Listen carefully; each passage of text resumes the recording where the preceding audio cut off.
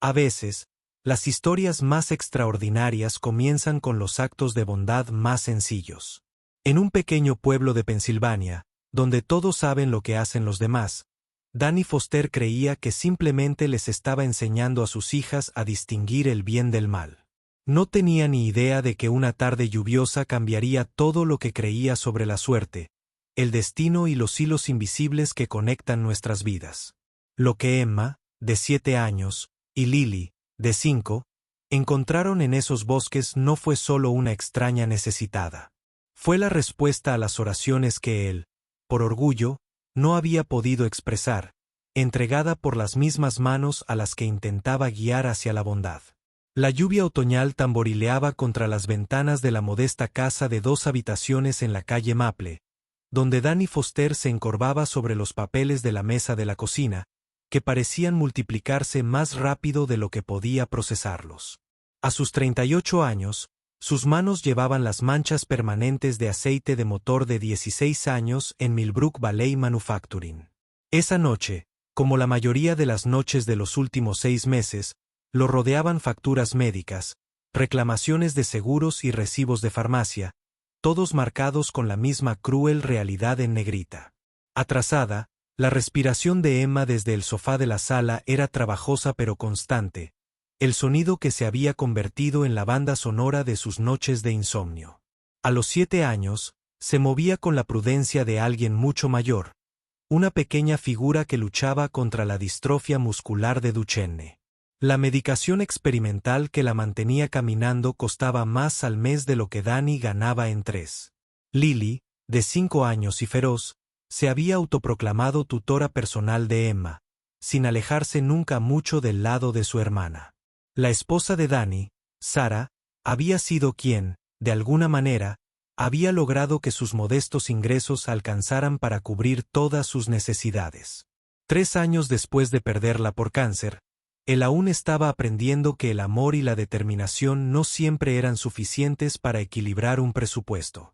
Ya había conseguido turnos de fin de semana y trabajo de seguridad nocturna, pero las facturas seguían subiendo más rápido que su sueldo. La lluvia arreció, y a través de ella se oyó el crujido de la puerta principal al abrirse, seguido de la charla emocionada de Lily.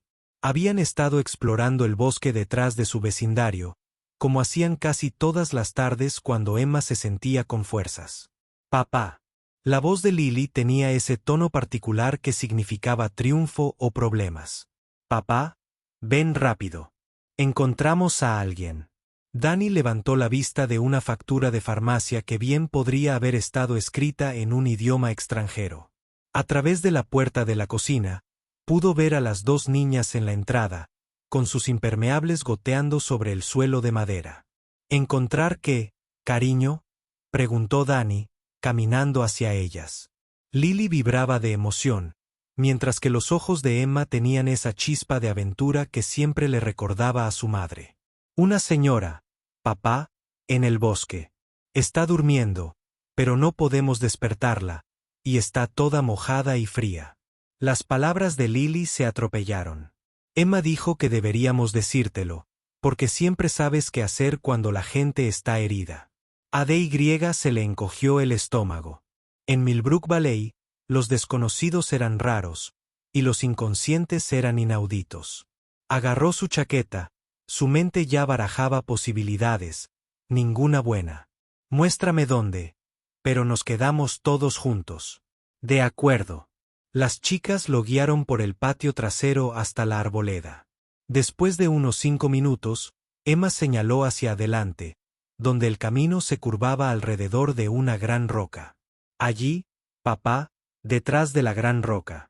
El primer pensamiento de Danny al verla fue que parecía cara, incluso inconsciente, incluso empapada y cubierta de barro. Todo en la mujer gritaba dinero. Su abrigo era claramente desastre. Sus botas eran de cuero impecable, y lo más revelador era el reloj en su muñeca que probablemente costó más de lo que Danny ganó en 6 meses. Parecía tener unos 30 y tantos años, con el cabello oscuro que se había escapado de lo que podría haber sido un recogido profesional. Danny se arrodilló a su lado, comprobando si tenía alguna lesión evidente. Tenía un chichón en la frente, probablemente de una caída, pero no había señales de un traumatismo grave. ¿Está bien, papá?, preguntó Emma en voz baja. Creo que sí, cariño, pero tenemos que llevarla a un lugar cálido y seco. Danny deslizó los brazos por debajo de los hombros y las rodillas de la mujer, sorprendido de lo ligera que se sentía. Pueden volver corriendo a traer unas toallas. Mientras llevaba a la desconocida de vuelta a casa, la mente de Danny repasaba las implicaciones. Llevar a una desconocida inconsciente a su casa, donde dormían sus hijas, era como cruzar una línea que desconocía. Pero Emma y Lily la habían encontrado, lo habían traído para ayudar, y darles la espalda era como darles una lección que no quería que aprendieran.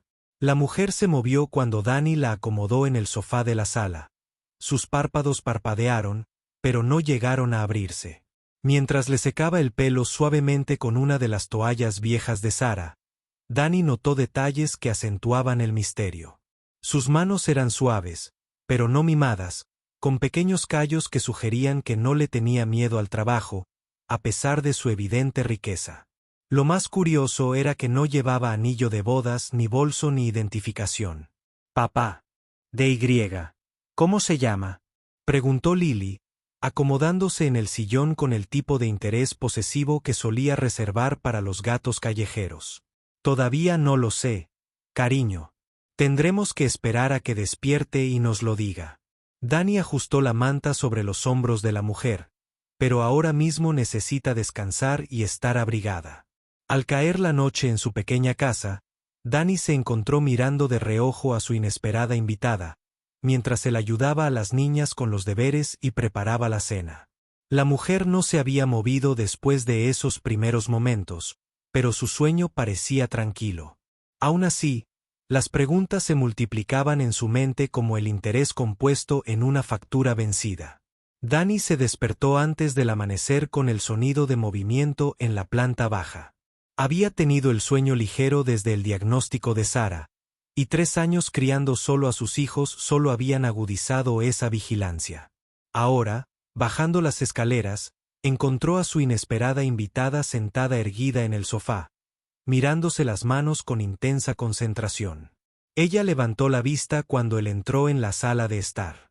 Y a Danny le impactaron unos ojos que parecían a la vez vulnerables y escrutadores. Al hablar, su voz tenía un acento educado que no encajaba del todo con los desconocidos inconscientes que se encontraban en los bosques de un pequeño pueblo. «Lo siento», dijo en voz baja. «Parece que he abusado de tu amabilidad». «No. Me cuesta recordar exactamente cómo llegué aquí», dijo Danny, acomodándose en el sillón frente a ella, manteniendo la distancia suficiente para no parecer amenazante. «Mis hijas te encontraron ayer por la tarde en el bosque detrás de nuestro vecindario. Estabas inconsciente. Soy Danny Foster. Por cierto. Gracias». Se tocó el chichón de la frente con cuidado. «Recuerdo la lluvia torrencial, pero todo lo que viene después es borroso». Hizo una pausa, como si le costara recordar. «Creo que me llamo Catherine». «Catherine». La pausa se alargó. «Lo siento. No recuerdo mi apellido». Danny había visto suficientes sorpresas en la vida como para reconocer cuando alguien decía verdades a medias, pero la angustia de Catherine parecía genuina. Las conmociones cerebrales pueden afectar la memoria. ¿Te duele algo más? ¿Debería llamar a un médico? No, por favor. La respuesta llegó rápidamente, con un tono que sugería que llamar a profesionales médicos definitivamente no era algo que Catherine quisiera. «Me siento bien, solo me duele la cabeza, y no quiero». Para ser más problemático. Antes de que Danny pudiera calibrar esa reacción, el sonido de unos pequeños pies en las escaleras anunció la llegada de su hija. Lily apareció primero, seguida más lentamente por Emma, que se movía con la precaución extra que la rigidez matutina le daba. «¿Estás despierta?», exclamó Lily. «¿Te sientes mejor? Papá hace unos panqueques buenísimos cuando la gente no se siente bien». El semblante de Catherine se suavizó al mirar a las niñas, y Danny vio algo cruzar por su rostro que parecía casi dolor. «Eso suena Maravilloso, dijo con dulzura. No es ninguna molestia, dijo Emma con serena autoridad. Papá siempre dice que ayudar a la gente es lo que hacen las familias, y tú necesitabas ayuda. Así que ahora eres como una familia temporal hasta que recuerdes dónde está tu verdadera familia. Danny sintió una opresión en el pecho ante la simple lógica de Emma, al tiempo que notaba la brusca inhalación de Catherine al mencionar la familia. Mientras entraban juntos a la cocina, Danny se encontró observando a Catherine con atención. Se movía por el espacio desconocido con seguridad, comprobando automáticamente la cafetera y localizando las tazas como si llevara años haciéndolo. Cuando empezó a ayudar con el desayuno, sus movimientos eran precisos y hábiles. ¿Y a qué te dedicas, Catherine?, preguntó Danny mientras mezclaba la masa para panqueques. Se detuvo mientras cortaba una naranja en gajos, con el cuchillo flotando sobre la tabla de cortar. Creo que a investigación médica, tal vez. Tengo la sensación de estar en un laboratorio, pero todo es muy vago. Emma levantó la vista con repentino interés. ¿Como la gente que fabrica medicamentos para niños enfermos? Sí, algo así. La voz de Catherine se volvió más cálida, más segura. Medicamentos para ayudar a los niños a mejorar. Cuando luchan contra enfermedades que los cansan y debilitan. Danny sintió un escalofrío inesperado. La condición de Emma era tan rara que la mayoría de la gente nunca había oído hablar de la distrofia muscular de Duchenne, y mucho menos la mencionaría de forma tan específica. Pero la descripción de Catherine parecía demasiado casual. Emma tiene que tomar muchos medicamentos porque sus músculos no funcionan bien, anunció Lily. Quizás tú preparaste algunos de sus medicamentos. Catherine se quedó muy quieta, con la atención fija en Emma con intensidad láser. ¿Qué tipo de medicamento tomas, cariño?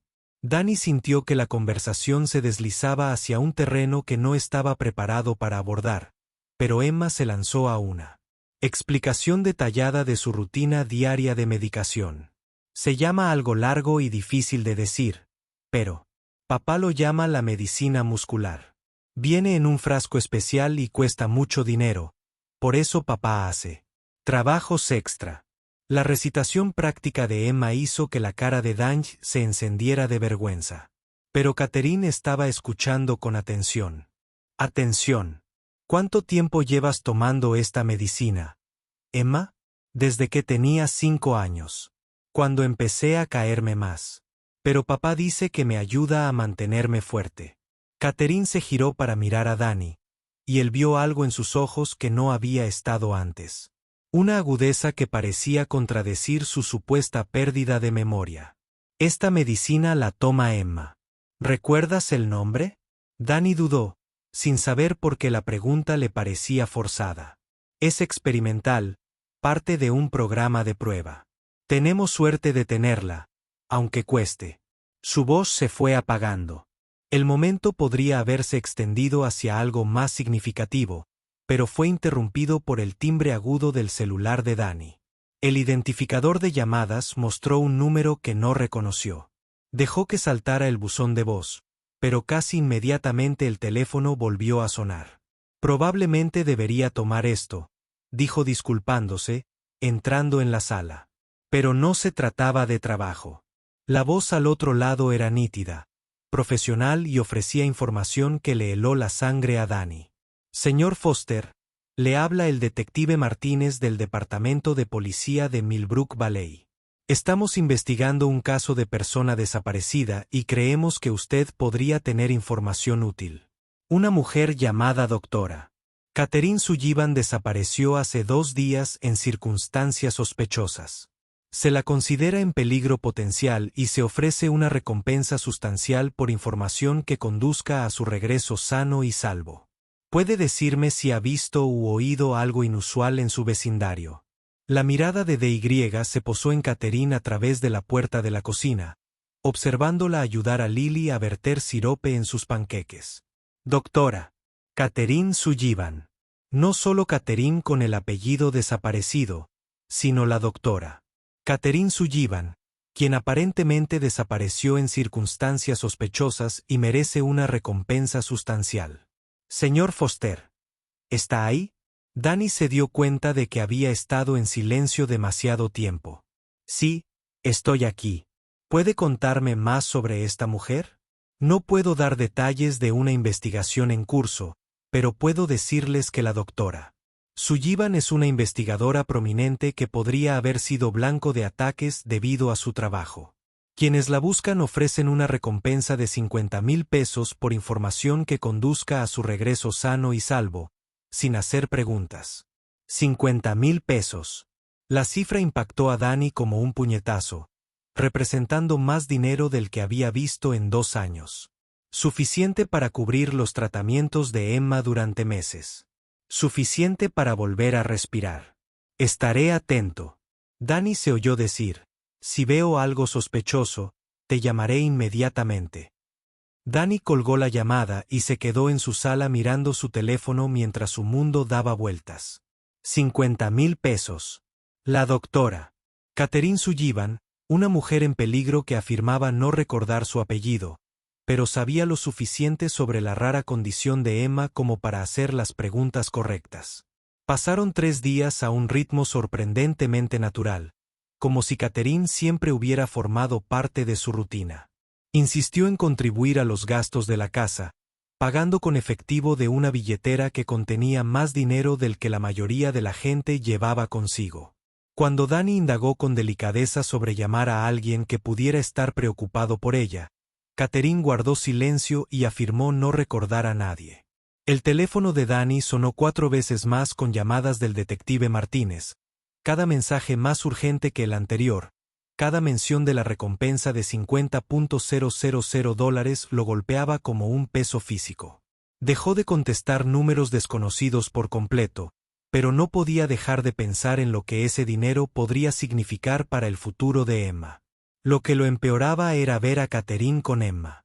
De alguna manera, intuía las necesidades de la niña de 7 años sin que nadie se lo dijera, ajustando el ritmo cuando caminaban juntas, ofreciéndole apoyo sin que pareciera asistencia. Cuando Emma mencionó que la debilidad muscular le dificultaba abrir frascos, Catherine reorganizó la cocina en silencio. Cuando Lily se preocupó de que Emma se cansara más últimamente, Catherine sugirió ejercicios suaves que parecieron ayudar. Era martes por la noche cuando todo empezó a complicarse. Danny acababa de regresar de su turno en el taller mecánico Murphy cuando encontró a Catherine y Emma conversando en la mesa de la cocina, mirando algo en el teléfono de Catherine, que había aparecido misteriosamente esa mañana. «Papá», gritó Emma al verlo. Catherine me estaba enseñando fotos del laboratorio donde se fabrican medicamentos. Mira qué grandes son las máquinas. A Danny se le heló la sangre al acercarse a la mesa y ver la pantalla que mostraba un centro de investigación farmacéutica. Catherine señalaba diferentes equipos con información detallada. El encabezado del sitio web decía División de Investigación de Sullivan Pharmaceuticals y destacaba una foto profesional de la doctora Catherine Sullivan, directora de investigación. Catherine miró a Danny y él vio el momento exacto en que se dio cuenta de su error. Su rostro palideció y rápidamente cerró el teléfono, pero el daño ya estaba hecho. Emma, cariño, ¿por qué no vas a ayudar a Lily con su tarea arriba? La voz de Danny era cuidadosamente controlada, pero Emma captó el cambio de ambiente al instante. Después de que Emma subiera las escaleras a regañadientes, Danny se giró para mirar a Catherine, que estaba sentada muy quieta, como si esperara un juicio. La cómoda intimidad de los últimos 3 días se esfumó. Doctora Catherine Sullivan, dijo Danny en voz baja. Directora de investigación de Sullivan Pharmaceuticals. Supongo que tu memoria regresó entre ayer y esta mañana. Catherine sostuvo su mirada fijamente. Mi memoria nunca desapareció del todo, Danny. Confundida durante las primeras horas. Sí, pero no desaparecida. Lo recuerdo todo, incluso por qué no puedo volver a mi vida ahora mismo. Porque alguien está intentando matarte. La pregunta de Danny salió más dura de lo que pretendía.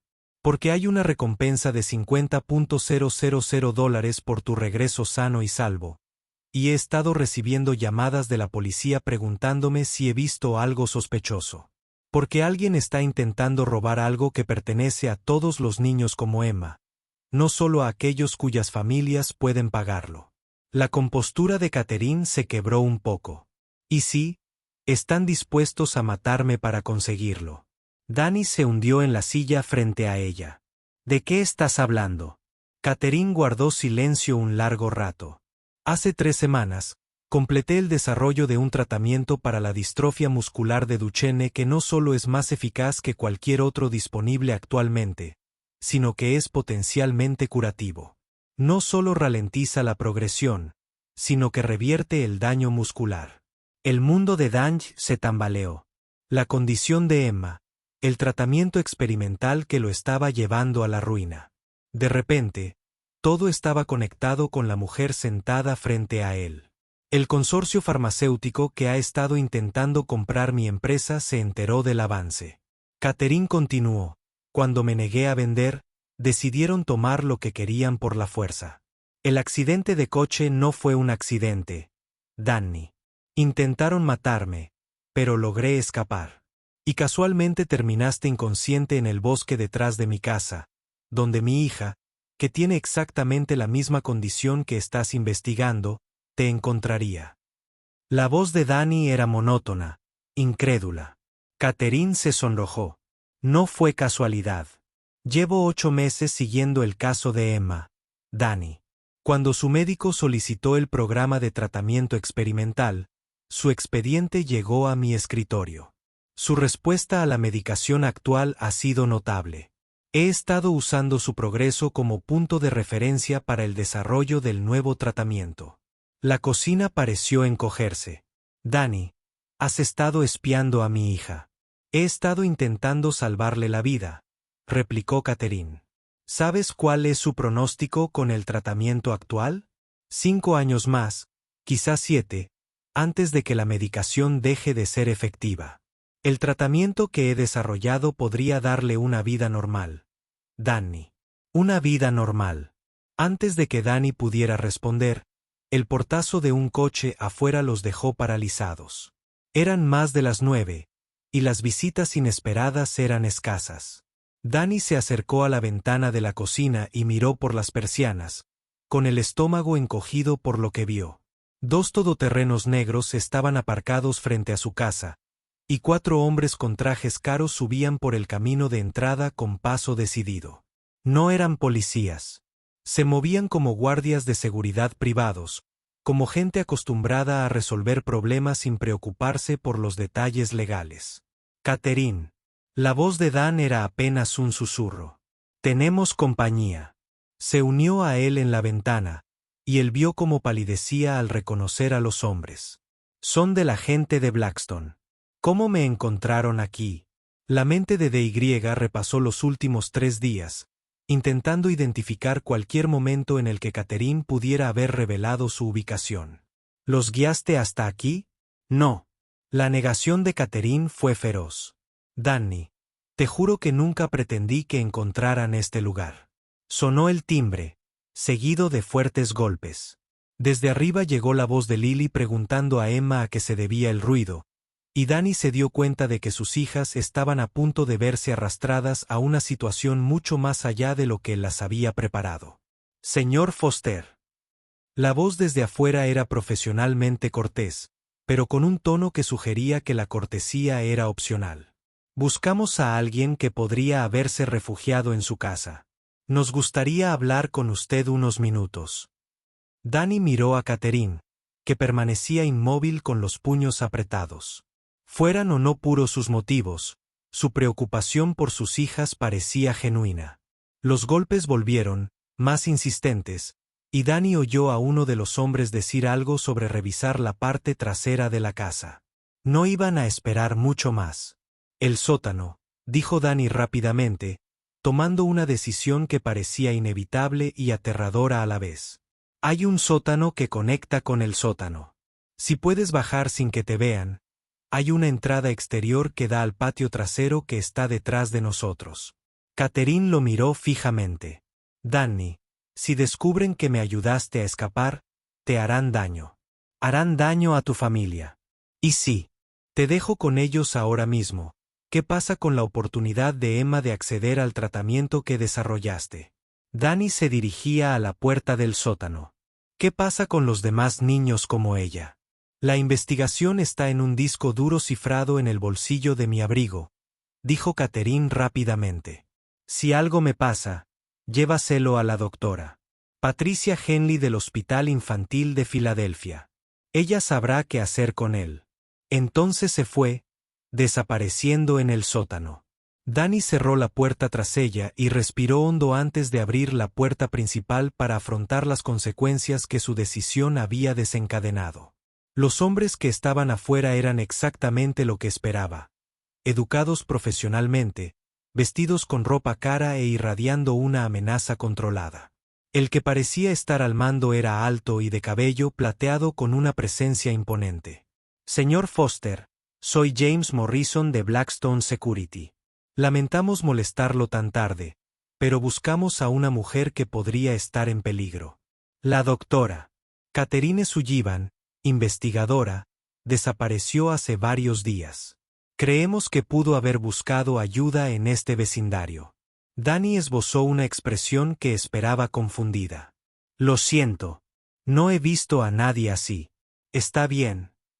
La sonrisa de Morrison era perfecta y completamente carente de calidez. La doctora Sullivan está preocupada. Posiblemente sufre una crisis de salud mental relacionada con el estrés laboral. Su familia está muy preocupada y nos han contratado para traerla a casa sana y salva. Morrison sacó una fotografía que era claramente un primer plano profesional de Catherine. Podría parecer confundida o desorientada, y podría llevar consigo materiales de investigación que, en realidad, son solo producto de su estado mental actual. Danny estudió la foto con aparente interés mientras su mente reflexionaba sobre las implicaciones. Crisis de salud mental. Preocupada. Estaban creando una narrativa que desacreditaría cualquier cosa que Catherine pudiera decir. Estaré atenta, dijo Danny. ¿Debería llamar a la policía si la veo? Por favor, llámame inmediatamente. Morrison le entregó a Danny una tarjeta de visita. El tiempo es crucial en situaciones como esta. Desde arriba se oyó la voz de Lily, preguntando si todo estaba bien, y Morrison se concentró. ¿Tiene hijos, señor Foster? 2 hijas, dijo Danny, esperando que su voz sonara firme. Están preocupadas por todo el ruido. Por supuesto, terminaremos pronto. La sonrisa de Morrison se ensanchó, pero su mirada permaneció fría. Tiene una casa preciosa. Estoy seguro de que quiere que siga así. La amenaza era sutil, pero inconfundible. Bueno, espero que la encuentre pronto, dijo Danny, retrocediendo hacia su puerta. Oh, la encontraremos, señor Foster. La gente como el Dr. Sullivan no puede esconderse para siempre, sobre todo cuando lleva algo que no le pertenece. Danny cerró la puerta y se apoyó en ella, escuchando cómo se cerraban las puertas de los coches y arrancaban los motores. A través de la ventana, vio cómo las camionetas se alejaban, pero una estaba estacionada al final de la calle. No habían terminado con él. El terremoto se produjo a las 11:47, justo cuando Eisen revisaba planos arquitectónicos en una cafetería cerca del distrito de Marina. El primer temblor se sintió como el paso de un camión grande por la calle, pero en cuestión de segundos el temblor se intensificó más allá de todo lo que jamás había experimentado. Las tazas de café se deslizaron de las mesas, los libros se cayeron de los estantes y el agradable murmullo de las conversaciones dio paso a gritos asustados cuando los clientes se dieron cuenta de que no era un temblor menor. Eisen se había arrojado debajo de una mesa robusta mientras el edificio se balanceaba a su alrededor. Su mente de ingeniero catalogaba automáticamente las respuestas estructurales, incluso mientras su cuerpo reaccionaba con pura supervivencia. Instinto. El temblor pareció durar una eternidad, pero probablemente duró menos de 2 minutos, seguido de un silencio inquietante que se sintió más denso que el ruido que lo precedió. Cuando el temblor cesó, el primer pensamiento de Eisen fue Noah, a salvo en su aula al otro lado de la ciudad, en un edificio debidamente acondicionado según las normas sísmicas vigentes. Su segundo pensamiento fueron los cientos de niños que probablemente estaban apiñados bajo los pupitres en las escuelas de toda el área de la bahía, incluyendo a los que pronto asistirían a clases en la escuela primaria Riverside. La cafetería a su alrededor era un caos mientras la gente revisaba sus teléfonos para ver noticias e informes de daños, pero Eisen ya estaba calculando mentalmente las cargas estructurales y los puntos de falla, tratando de estimar qué edificios habrían sobrevivido y cuáles no. La magnitud parecía significativa, probablemente de 6 puntos, lo suficientemente fuerte como para poner a prueba todos los edificios de la región y revelar cuáles habían sido construidos para durar. Las sirenas de emergencia comenzaron a sonar en cuestión de minutos, creando una sinfonía de angustia que parecía provenir de todas direcciones. De inmediato, el teléfono de Eisen no tenía señal, ya que las redes celulares se saturaron con llamadas de personas que intentaban comunicarse con sus seres queridos. Pero podía escuchar fragmentos de noticias de radios y televisores en tiendas cercanas. Varios edificios habían sufrido daños considerables. Varios puentes estaban cerrados para inspección, y los servicios de emergencia se apresuraban a evaluar la magnitud del desastre. Pero el informe que le heló la sangre a Eisen provino de un conmocionado presentador de noticias que anunció que la escuela primaria Riverside había sufrido lo que parecía ser un colapso estructural parcial con un número indeterminado de personas atrapadas en su interior. El viaje a través de la ciudad había sido una pesadilla de calles bloqueadas, vehículos de emergencia y conductores en pánico tratando de llegar a sus destinos. Eisen había abandonado su auto a 6 cuadras de la escuela y había cubierto el resto de la distancia a pie, abriéndose paso entre multitudes de padres preocupados y personal de emergencia que se habían reunido en el lugar. El lugar que lo recibió era peor de lo que sus peores escenarios habían predicho. El ala principal de aulas se había derrumbado sobre la primera, exactamente igual que su análisis estructural había advertido 18 meses antes. El polvo aún flotaba en el aire como niebla, y el sonido de los equipos de rescate, mezclado con las voces que llamaban a los supervivientes, creaba una atmósfera de desesperación controlada que Eisen sabía que nunca olvidaría. Los equipos de búsqueda y rescate ya trabajaban sistemáticamente entre los escombros, pero su avance era necesariamente lento y cuidadoso para evitar más derrumbes que pudieran poner en peligro a quienes aún estuvieran atrapados en el interior. Eisen se había acercado al comandante del incidente, un jefe de bomberos con el rostro demacrado por el polvo y la tensión, y se identificó como un ingeniero estructural familiarizado con la construcción del edificio.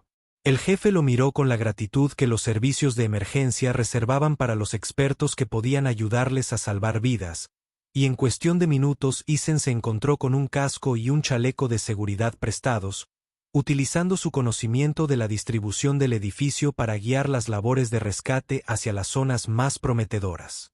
El trabajo era desgarrador y esperanzador a partes iguales. Eisen se había arrastrado por espacios apenas lo suficientemente anchos para sus hombros, llamando a los supervivientes y escuchando cualquier sonido que pudiera indicar vida bajo los escombros. Sus manos pronto se cortaron y sangraron por los bordes afilados del hormigón roto y el metal retorcido, pero apenas notó el dolor mientras se concentraba en los patrones sistemáticos de búsqueda que ofrecían la mejor oportunidad de encontrar a alguien que aún pudiera estar vivo. Cada pocos minutos, alguien pedía silencio para que los equipos de rescate pudieran escuchar voces o golpes. Y durante esos momentos, el silencio se hacía tan profundo que Eisen podía oír su propio corazón latiendo en sus oídos. La voz de la niña apenas se oía, proveniente de lo profundo de lo que una vez fue un aula de 3er grado. Eisen se abría paso entre 2 vigas del techo derrumbadas cuando oyó algo parecido a un gemido, tan débil que creyó haberlo imaginado. Pidió silencio y pegó la oreja a los escombros, esforzándose por detectar cualquier sonido que pudiera indicar vida humana. Cuando la voz volvió a sonar, más clara esta vez, y sin duda la de una niña, Eisen sintió una oleada de adrenalina que le dio una fuerza que desconocía. Inmediatamente pidió más rescatistas y comenzó el delicado proceso de ampliar su ruta de acceso sin desestabilizar los restos, que se encontraban en precario equilibrio.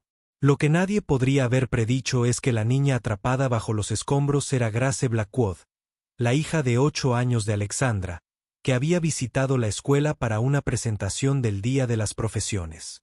Ethan no tenía forma de saberlo, mientras trabajaba frenéticamente para llegar hasta ella, concentrado solo en la vocecita asustada que lo guiaba a través del laberinto de hormigón roto y acero retorcido. Grace había sido extraordinariamente valiente, siguiendo sus instrucciones de mantener la calma y seguir hablando para poder localizarla, y su confianza en su capacidad para llegar hasta ella le había dado la motivación para continuar cuando las exigencias físicas del rescate amenazaron con abrumarlo. El espacio donde Grace estaba atrapada apenas cabía una niña, creado por la intersección fortuita de una viga derrumbada y un escritorio volcado que había formado un pequeño remanso de seguridad en medio de la destrucción. Ethan tuvo que retirar los escombros pieza por pieza, probando cada movimiento para asegurarse de que sus esfuerzos no provocaran que la estructura restante se moviera de forma que pudiera dañar a la niña que intentaba salvar. El trabajo era agotador y aterrador, y le exigía tomar decisiones instantáneas sobre la estabilidad estructural mientras luchaba contra el tiempo y sus propias limitaciones físicas. Pero la voz de Grace lo había mantenido en marcha. Sus preguntas sobre si era un verdadero rescatista y si a su madre le preocuparía que ella proporcionara una conexión humana que hiciera que todos los desafíos técnicos parecieran manejables. Cuando Ethan finalmente llegó hasta Grace y vio su rostro por primera vez, cubierto de polvo, pero alerta y notablemente ileso, sintió una profunda sensación. De un logro que no tenía nada que ver con la ingeniería, sino con el instinto humano más básico de proteger a los niños del daño. Ella lo miró con la confianza absoluta que solo los niños pueden ofrecer. Y cuando le preguntó si estaba allí para llevarla a casa, Ethan prometió que la sacaría sana y salva, costara lo que costara. El proceso de sacarla de entre los escombros requirió otra hora de trabajo minucioso, pero Grace mantuvo la calma durante todo el proceso, charlando sobre su escuela, sus amigos y el importante trabajo de su madre de maneras que le recordaron dolorosamente a su propio hijo. No fue hasta que Grace salió sana y salva del edificio y fue examinada por los paramédicos que alguien mencionó su apellido. Y Ethan se dio cuenta, con una sorpresa que lo mareó físicamente, de que acababa de arriesgar su vida para salvar a la hija de la mujer que había destruido su carrera. La ironía era tan profunda que se rió, un sonido tan inapropiado para las circunstancias que varios rescatistas lo miraron con preocupación. Pero Ethan no se reía tanto de la situación como del sentido de justicia cósmica del universo, de la forma en que la vida tiende a crear conexiones que nadie podría haber predicho o planeado. Mientras Grace era subida a la ambulancia para ser trasladada al hospital, ella miró a Ethan y le hizo la pregunta que lo perseguiría durante semanas. «Señor, sabía que esto iba a pasar». Su voz de niño de 8 años estaba llena de la clase de curiosidad inocente que espera respuestas sinceras de los adultos, y Ethan se vio incapaz de responder con algo más que una sonrisa amable y la promesa de que todo estaría bien. Pero su pregunta lo golpeó como un puñetazo, porque la terrible verdad era que él sabía, o al menos sospechaba, que algo así podía pasar. Sus advertencias fueron ignoradas. Su pericia fue desestimada y su integridad puesta en duda. Pero al final, su conocimiento fue lo que le permitió salvar una vida cuando más importaba. La sala de espera del hospital olía a desinfectante y ansiedad, llena de familias cuyas vidas habían sido trastocadas por 60 segundos de violencia geológica. Ethan siguió a la ambulancia en su coche, incapaz de alejarse de la niña que había confiado plenamente en él durante la experiencia más aterradora de su joven vida. Se dijo a sí mismo que solo estaba comprobando que Grace estuviera ilesa, pero en el fondo sabía que estaba posponiendo el inevitable enfrentamiento con Alexandra. Las enfermeras fueron amables pero firmes con las restricciones de visitas, permitiéndole solo un breve vistazo a Grace siendo examinada por los médicos, quienes la declararon milagrosamente ilesa a pesar de su terrible experiencia. Ella lo saludó con la mano desde la puerta, con una pequeña mano aún polvorienta por los escombros, y Ethan sintió una compleja mezcla de alivio y temor instalándose en su pecho. Alexandra llegó al hospital como una fuerza de la naturaleza. Su habitual compostura se quebró, pero no se rompió, mientras recorría urgencias exigiendo información sobre el estado de su hija. Isen estaba sentado en la sala de espera cuando apareció, y por un momento ninguno de los dos pareció saber cómo reaccionar ante esta imposible convergencia de sus mundos. Parecía mayor de lo que recordaba, con arrugas alrededor de los ojos que denotaban estrés y noches de insomnio, pero su presencia aún llamaba la atención de todos los presentes. Cuando sus miradas se cruzaron al otro lado de la abarrotada sala de espera, Isen vio un destello de reconocimiento, seguido de algo que podría haber sido confusión, gratitud o ira. No supo distinguir cuál. El reencuentro entre madre e hija fue a la vez conmovedor y desgarrador. Grace se había lanzado a los brazos de Alexandra con ese cariño desesperado que les recordaba a todos los presentes lo cerca que habían estado de perder algo irreemplazable. Alexandra abrazó a su hija con fuerza, susurrándole palabras de consuelo, promesas y disculpas con una voz temblorosa por emociones que rara vez se permitía mostrar en público. Isen empezó a irse, sintiéndose como un intruso en ese momento privado. Pero Grace lo vio por encima del hombro de su madre y gritó con el entusiasmo que solo los niños pueden reunir después de sobrevivir a un trauma. «Mami, ese es el hombre que me salvó. Se arrastró entre todas las rocas aterradoras y me encontró cuando tenía miedo». La voz de Grace resonó por toda la sala de espera, atrayendo la atención de otras familias y del personal médico, que se giraron para mirar a Isen con expresiones que iban desde la curiosidad hasta la gratitud. Alexandra se giró lentamente para mirarlo, con los brazos todavía envolviendo a su hija de forma protectora, y durante varios segundos los dos adultos simplemente se miraron fijamente a través de una distancia que parecía mucho mayor que los pocos metros de linoleum del hospital que los separaban. La última vez que estuvieron en la misma habitación, ella lo estaba despidiendo por negarse a comprometer sus principios. Ahora había arriesgado su vida para salvar lo más preciado de su mundo.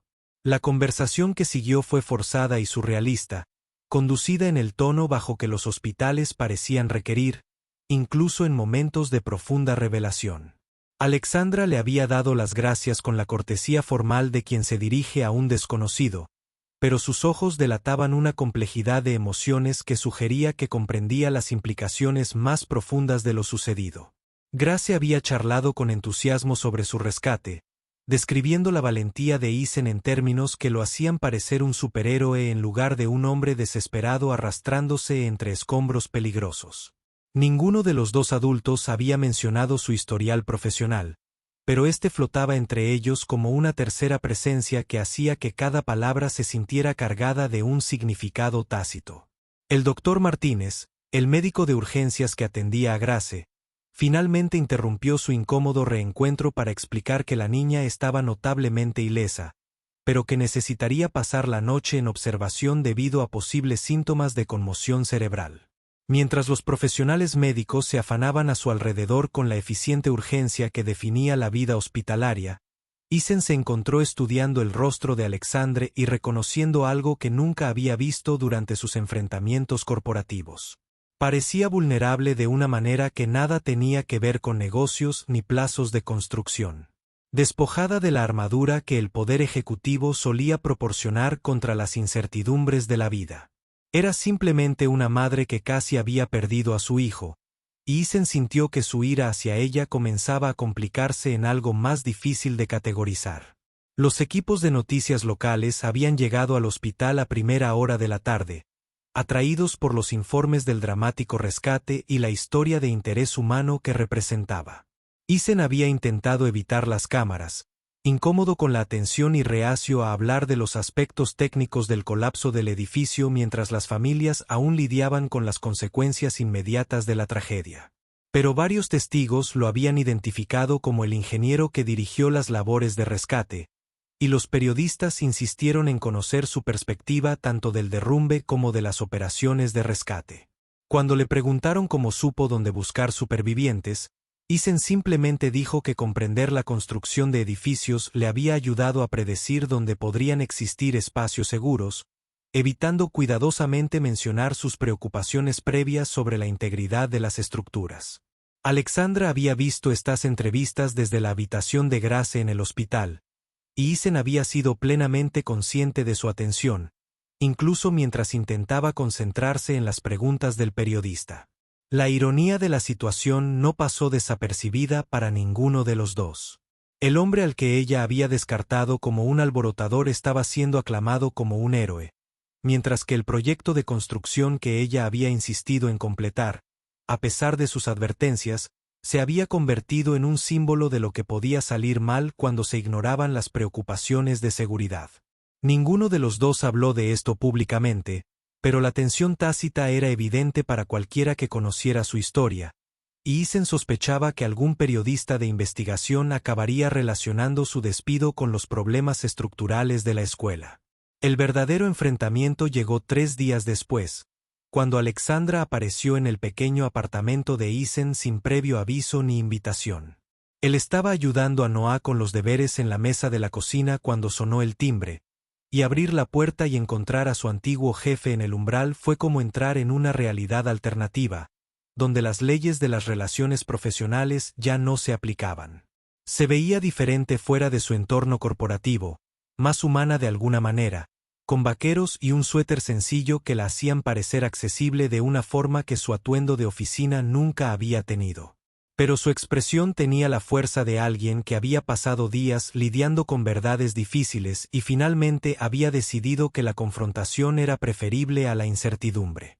Noah se había retirado a su habitación con la sabiduría instintiva que poseen los niños sobre las conversaciones de adultos que no eran para ellos, dejando a Isen y Alexandra solos en su modesta sala de estar, con muebles de segunda mano y finanzas cuidadosamente administradas. El contraste entre sus circunstancias actuales y la vida que había conocido como uno de sus ingenieros superiores era marcado e imposible de ignorar, y Isen se preguntó si ella estaba calculando el costo de su decisión de despedirlo en algo más que términos profesionales. Se sentaron uno frente al otro como adversarios preparándose para negociar.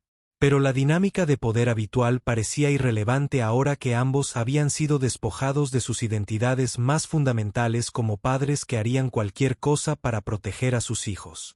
La disculpa de Alexandra fue exhaustiva y devastadora, pronunciada con la precisión que sugería que había ensayado cada palabra, pero que aún le costaba decirla en voz alta. Reconoció que había ignorado sus advertencias sobre la escuela.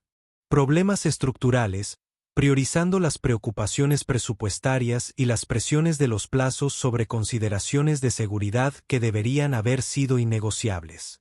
Admitió que despedirlo había sido una decisión motivada por el miedo a las pérdidas financieras, más que por una evaluación racional de su experiencia, y asumió toda la responsabilidad de crear las condiciones que llevaron al derrumbe del edificio.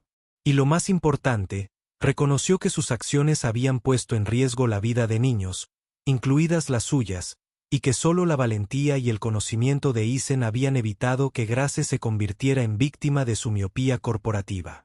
Pero más allá del reconocimiento formal de sus errores profesionales, Alexandra reveló algo más personal y doloroso. Habló de la presión que había sentido como una de las pocas mujeres al frente de una importante constructora, la constante necesidad de demostrar que podía ser tan firme e inflexible como sus competidores masculinos. Se había convencido de que mostrar cualquier flexibilidad o incertidumbre se percibiría como debilidad, y había respondido a las legítimas preocupaciones de Isen tratándolas como desafíos a su autoridad en lugar de advertencias sobre peligros reales. La ironía era aplastante. Al intentar proteger su reputación de líder decidida, había tomado decisiones que, en última instancia, amenazaron la vida de la persona que más amaba en el mundo. La respuesta de Isen los sorprendió a ambos por su falta de amargura o reivindicación. Sentado en su pequeña sala de estar, rodeado de la modesta evidencia de la vida que había reconstruido tras perder su carrera, descubrió que su ira había sido reemplazada por algo más complejo, en última instancia, más sanador. Habló de sus propios errores, de las formas en que podría haber comunicado sus preocupaciones de forma más eficaz y de su arrepentimiento por el deterioro de su relación profesional, convirtiéndose en una dinámica de confrontación que hacía imposible el acuerdo. Reconoció que Alexandra se había enfrentado a presiones que él nunca había comprendido del todo, y que su experiencia técnica carecía de las habilidades políticas necesarias para desenvolverse en las jerarquías corporativas, donde las preocupaciones por la seguridad a veces entraban en conflicto con la realidad empresarial. La conversación se prolongó hasta bien entrada la noche, abarcando temas que trascendían sus desacuerdos profesionales y abarcaban sus experiencias compartidas como padres, sus diferentes perspectivas sobre el riesgo y la responsabilidad, y su mutuo reconocimiento de que las buenas personas podían tomar decisiones catastróficamente malas cuando se sentían acorraladas por circunstancias ajenas a su control. Noah finalmente se quedó dormido en su habitación, y Eason preparó café mientras Alexandre examinaba las fotografías de la repisa de la chimenea, incluidas varias de Sara que nunca había podido guardar. Ella le preguntó por su difunta esposa con genuina curiosidad, y Eason se encontró compartiendo historias sobre la sabiduría y la fortaleza de Sara que rara vez contaba con nadie, ni siquiera con amigos cercanos. Mientras Alexandra se preparaba para partir esa noche, le hizo una oferta que Eason no esperaba y no sabía cómo evaluar. Quería que regresara a Blackwood Development, no solo como empleado, sino como socio con participación en la empresa y autoridad para tomar decisiones de seguridad sin la interferencia de consideraciones presupuestarias ni presiones de plazos. Le había presentado una visión para reconstruir la reputación de la empresa mediante estándares de seguridad verdaderamente líderes en la industria, con Eason como experto técnico y guía moral para proyectos que priorizaran la integridad a largo plazo sobre las ganancias a corto plazo. Las condiciones financieras eran lo suficientemente generosas como para asegurar el futuro de Noah y proporcionar la plataforma profesional que podría influir en las prácticas de construcción en toda la región. Pero la respuesta de Eason había sido, como era habitual, reflexiva en lugar de entusiasta de inmediato. Le había explicado que necesitaba tiempo para considerar no solo las implicaciones profesionales de su oferta, sino también las personales. Trabajar juntos de nuevo les exigiría a ambos confiar de maneras que su relación anterior había dificultado, y no estaba seguro de si alguno de los dos había cambiado lo suficiente como para que dicha colaboración fuera exitosa. Más importante aún, había encontrado satisfacción en su trabajo actual, que no tenía nada que ver con el prestigio ni con las recompensas económicas, y no estaba ansioso por regresar al entorno corporativo que una vez lo hizo sentir como si su integridad estuviera constantemente bajo asedio. Las semanas siguientes trajeron acontecimientos inesperados que complicaron la decisión de Eason de maneras que no había previsto. La investigación sobre el derrumbe de la escuela primaria Riverside había revelado exactamente los problemas estructurales que había identificado en sus informes, y su despido por plantear estas preocupaciones se había convertido en una parte importante de la historia. La atención de los medios lo había transformado de un ingeniero anónimo a un símbolo de integridad profesional, y comenzaron a llegar ofertas de trabajo de empresas de todo el país que querían asociarse con su reputación. O anteponiendo la seguridad a las ganancias. No pasó inadvertido para el que perder su trabajo por hacer lo correcto le había abierto puertas a oportunidades que nunca imaginó. Más significativamente, Grace se había convertido en una presencia habitual en su vida de maneras que sorprendieron a todos los involucrados. Su experiencia cercana a la muerte había creado un vínculo entre ellos que trascendía la complicada historia entre su madre y él, y ella había comenzado a preguntarle a Alexandra si podía visitar al señor Eason para ayudarlo con proyectos en su apartamento. Estas visitas al principio habían sido incómodas para todos los adultos involucrados, pero el entusiasmo de Grace y la aceptación gradual de Noah de esta inusual amistad habían creado una dinámica que se sentía más natural de lo que nadie esperaba. Ver a los niños jugar juntos mientras él y Alexandra lidiaban con su compleja relación le había dado a Eason perspectivas sobre el perdón y las segundas oportunidades que nunca había previsto necesitar. El punto de inflexión llegó durante una barbacoa de fin de semana en el apartamento de Eason, donde Grace y Noah convencieron a los adultos para que los ayudaran a construir una casa del árbol en el pequeño patio trasero.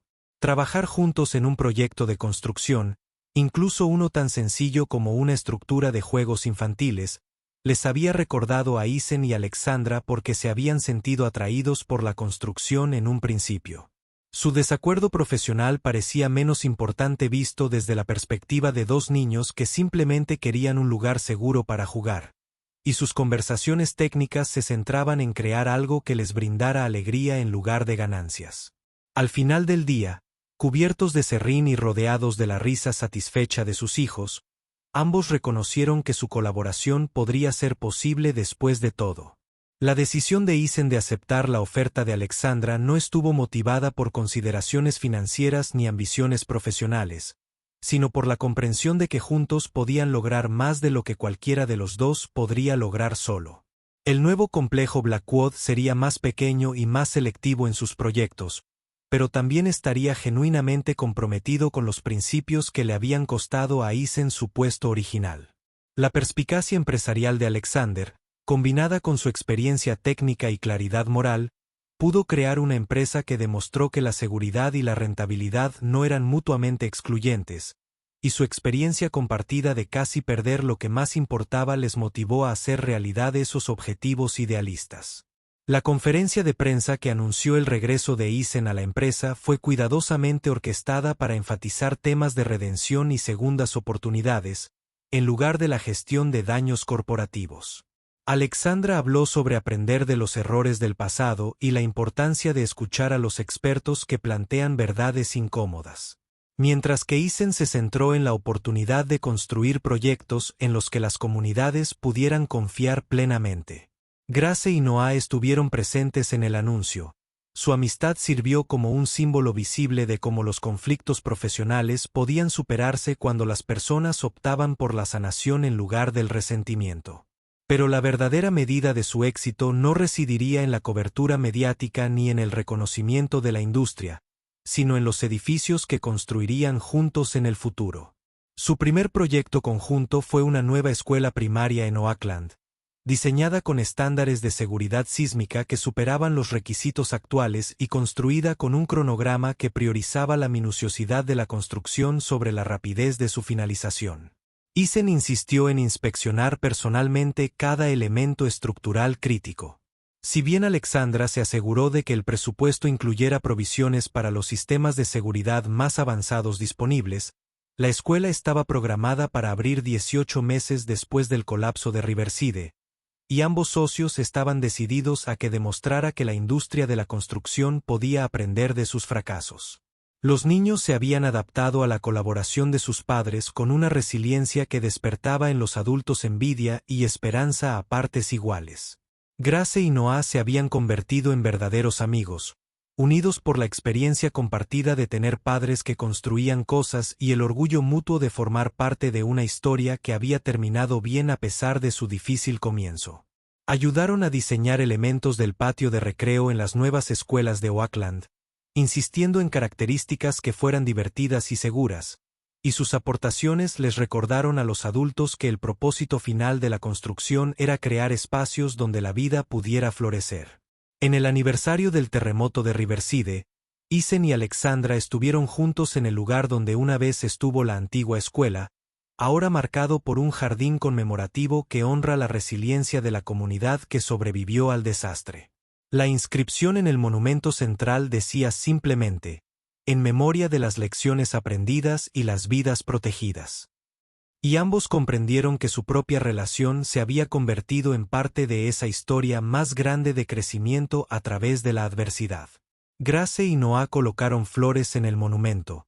Su amistad, tan sencilla, era prueba de que incluso las cosas más complicadas. Los conflictos entre adultos se resolvían cuando las personas elegían el amor por encima del orgullo. La pregunta que Grace había hecho en la sala de espera del hospital, ¿sabías que esto iba a pasar?, había pasado de ser una pregunta inocente a algo más profundo y desafiante. Isen finalmente le había respondido con sinceridad, explicándole que le preocupaba la seguridad del edificio, pero que no había logrado convencer a los adultos de que escucharan sus preocupaciones. Grace había procesado esta información con la franqueza que los niños aportan a las cuestiones morales complejas, concluyendo que a veces los adultos cometían errores, pero que lo más importante era aprender a hacerlo mejor la próxima vez. Su sencilla sabiduría se había convertido en un principio rector para la nueva empresa, donde cada decisión se evaluaba no solo por sus beneficios inmediatos, sino por sus consecuencias a largo plazo para las personas que vivirían y trabajarían en los edificios que crearían. Mientras Eason contemplaba la puesta de sol sobre la bahía de San Francisco desde la oficina que ahora compartía con Alexandra, reflexionó sobre el camino que los había llevado de adversarios a socios, de un desacuerdo profesional que le costó la carrera a una colaboración que les había dado a ambos un propósito más profundo.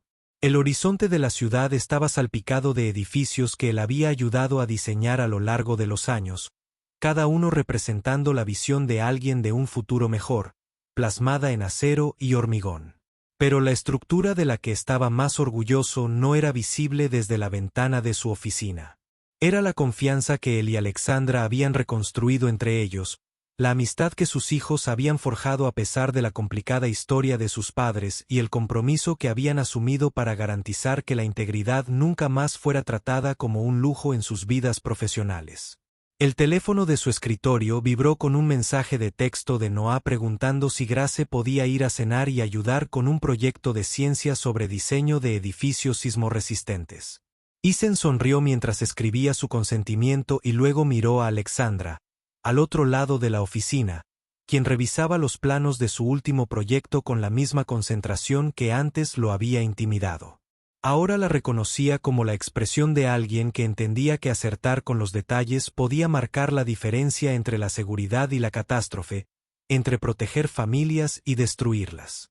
Ella levantó la vista y lo sorprendió observándola, y su sonrisa transmitía la calidez de quien había aprendido que tener razón no era tan importante como ser confiable. Hay quienes piensan que la integridad es un lujo, había dicho aquel terrible día en que todo cambió. Pero el tiempo había demostrado que la integridad era, en realidad, la base sobre la que se construía todo lo que valía la pena, y a veces las decisiones más costosas resultaban ser las que generaban mayor valor al final. La risa de Grace y Noah llegaba desde la calle, donde jugaban en el pequeño parque construido para reemplazar la escuela primaria demolida, y Eason sabía que cada decisión difícil que había tomado había valido la pena al oír el sonido de los niños que se sentían seguros para jugar sin miedo. En el crepúsculo de una tarde en Millbrook, caminando hacia un futuro prometedor en lugar de solo supervivencia, Tom comprendió que algunas historias no terminan con una pérdida, sino que comienzan con ella, usando el dolor como base para una alegría más profunda, porque reconoce el precio de amar plenamente. La risa de Grace resonó en los muros del cementerio como música, y la mano de Maggie en la suya se sintió como volver a casa, a un lugar que nunca supo que existía. El regalo de Anna no había sido un reemplazo por lo que habían perdido, sino una expansión de lo que creían posible. Un amor que se multiplicaba en lugar de disminuir. Una esperanza que se fortalecía al ser puesta a prueba por lo peor que la vida podía ofrecer. La caja de pinturas se encontraba a salvo en la mochila de Grace. Ya no era una reliquia del pasado, sino una herramienta para crear futuros con los que Anna solo podría haber soñado. Colores mezclados con intención y aplicados con la confianza que da a comprender que la belleza no se ve disminuida por la tristeza, sino que se vuelve más preciosa gracias a ella. Los últimos visitantes se marcharon al anochecer sobre la ciudad, dejando el espacio de la galería tranquilo y cálido bajo el resplandor de una iluminación cuidadosamente colocada que se adaptaba a las diversas necesidades de procesamiento sensorial. Ruby se había quedado dormida, acurrucada junto a su último estudio de color, mientras Jasper seguía trabajando en cálculos matemáticos para su próximo proyecto colaborativo. Zoe leía tranquilamente en un rincón, levantando la vista de vez en cuando para observar la acogedora intimidad de su poco convencional reunión familiar. Elena comenzó el delicado proceso de adaptación de los niños a las rutinas de casa y a la hora de dormir, con sus movimientos con la eficiencia experta de quien ha aprendido a crear estructuras sin rigidez, adaptación sin caos. Benjamin reunió materiales de arte y apagó el equipo, sus manos moviéndose a través de patrones familiares que se habían vuelto meditativos en lugar de meramente funcionales. Se preparaban para abandonar la galería, que se había convertido en el símbolo visible de su compromiso de honrar los dones neurodivergentes. Benjamin se detuvo a observar una vez más la instalación colaborativa infantil. La pieza parecía latir con su propia luz interior, patrones geométricos y colores fluidos, creando una representación visual de mentes trabajando juntas en armonía en lugar de competir. El mañana traería nuevos desafíos, solicitudes de financiación y colaboraciones de investigación, sesiones terapéuticas con niños cuyos dones aún no habían sido reconocidos, conversaciones con educadores y padres que comenzaban a comprender que ser diferente no significaba necesariamente ser deficiente. Pero esta noche, rodeado de la silenciosa evidencia de sanación, creatividad y amor que había surgido de su disposición a arriesgarse a una conexión auténtica, Benjamin Michei sintió la profunda satisfacción de alguien que finalmente había aprendido a dejar de esconderse de sus propios dones y de quienes más los necesitaban. El viaje de regreso a casa por las tranquilas calles de la ciudad se llenó del cómodo silencio de una familia que había aprendido a comunicarse tanto con la presencia como con las palabras. Sus diferentes formas de procesar y expresar emociones se entrelazaron en algo resiliente, hermoso y completamente propio. Y en la respiración apacible de los niños que finalmente se sintieron lo suficientemente seguros como para dormir profundamente, Benjamin pudo escuchar el eco de la voz de Luna, recordándole que el arte más importante siempre fue el que ayudó a otras personas a recordar que no estaban solas en él.